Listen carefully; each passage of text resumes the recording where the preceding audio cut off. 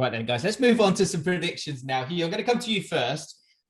This draw is really, really interesting. And the third place positions for some of these teams moving into those knockouts is also going to really kind of make it look very, very different to what we traditionally know. Of course, Portugal finished third in their group in the last tournament and went all the way. So you can finish third and win this Euros.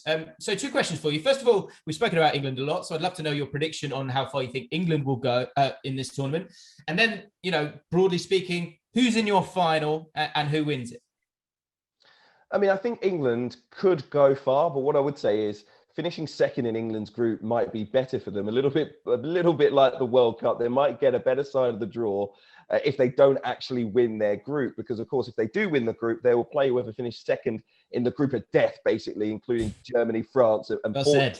Exactly, and so I think England, in some ways, might be better off finishing second in the group. But I actually think they'll top the group. There's something I think about the way that the fixtures fall. I think if they get a draw against Croatia, they win the next couple of games, they could easily win the group. I know there's a couple of tough games in for England after that, but I still expect them to do well there.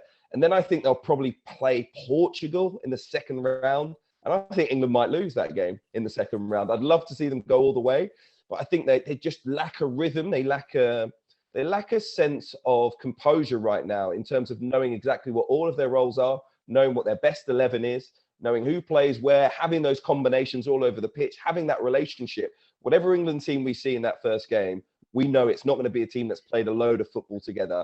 And to go and win the European Championship like that is going to be a really, really tough ask. So if England finish second in the group, maybe semi-finals, who knows, playing at Wembley in the semis, they could go all the way, because I think that 12th man, that home support might count. But I think, generally speaking, it's going to be a tough one for England. I think my bet for who might win the tournament is Italy. I think they've been a little bit under the radar for a while. And that's because, of course, the qualification for the last couple of tournaments and performances have been subpar for a country that has put so many great teams out before. But I think this team under Roberto Mancini, their manager, are doing great things. They're unbeaten in 27. They've won the last 8 games straight without conceding a single goal. I think they've just, like I say, got that rhythm, that idea of what we are, an identity, a team spirit back.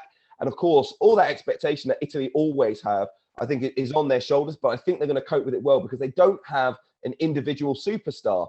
For them to do well, they know they have to be a great team. And that's what they are right now, a unit, a powerful forward line. And I think they're going to do really well. So Italy are my outside bet right now. I don't know what you think, Mark. Could England go all the way? What do you think about Italy? I mean, England could go all the way. Let's be honest, they've got all but one of the games at home if they do progress to the final. But I agree with you. I think you look at winning the group, and that for me is just a dead end, because Germany, Portugal, or France, I think Germany would be the team that did rather play. I think Germany are the beatable team, and that's saying something. I think France, forget it. Portugal, everyone focuses on Ronaldo, but Portugal got so much talent. Bruno Fernandes, Bernardo Silva. They've got Ruben Dias at the back. João Felix.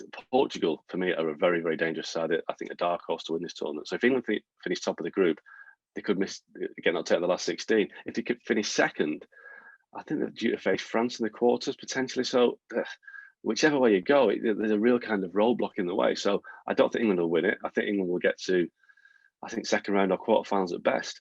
Italy, I think they definitely shake up.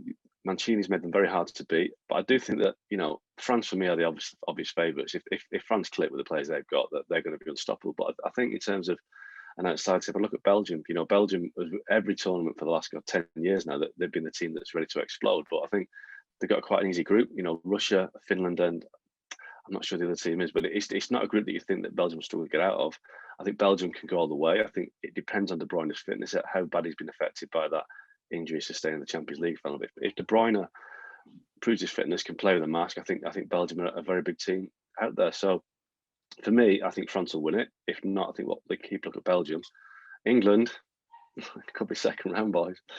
I've got that feeling about it as well, I'll be honest. I think I agree with Mark. I think that the draw is really, as much as it sorted us out in 2018, I think it's really it made it so hard for us, because like you say, to get through, I think it would be Portugal, then I think it would be Spain if we top the group, then it would be the other one from the group of death. It's and then you play France in the final. It's outrageous, to be honest. I think it's going to be too much for us. I think what we want to see is with an England squad that's, I think the average age is 25, which is it's so young. I think we want to see steps towards winning the World Cup maybe next year. So I want to see us beat one of these big teams. That would be progress for me, because I think that's what was missing in 2018. The tournament itself, I think Belgium are a good shout. I think Portugal are a really, really good shout. The thing with Belgium is that they've got a lovely sort of route to the semi-finals. Then they'll probably play France, and it's if they can beat France or not.